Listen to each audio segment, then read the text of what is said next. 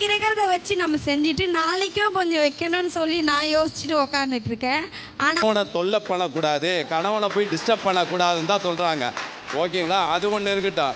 சிக்கனம் அப்படின்ற வார்த்தைக்கு யாருக்குன்னு அர்த்தம் தெரியுமா?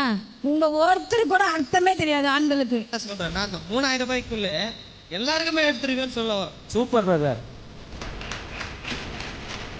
கடைக்காரனே ஒரு சேர் கொடுத்துட்றான். எப்பா சாமி நீ அங்கே உட்காந்துக்கோ. அவனுக்கு தெரியுது. அவனுக்கு தெரியுது ஆண்களுடைய கஷ்டம். பேசுறீங்க, ஒரு விஷயம் கேட்கறேன். தக்காளி என்ன ரேட்டு விலை வைக்குது உங்களுக்கு தெரியுமா? சொல்லுங்க பார்க்கலாம். 3 பேரும் சும்மா உட்காந்துருக்கீங்க, சொல்லுங்க. ஒன்றும் தெரியாது. 2 இட்லி தான் சாப்பிட்ருப்போம். 3 வேளை இங்கே ஏன்னா இங்கே சாப்பாடு கம்மியாக இருந்திருக்கும். 2 பேரையும் யார் சிக்கனம் செய்கிறார்கள் என்று சொன்னா இங்க நம்ம கொஞ்சம்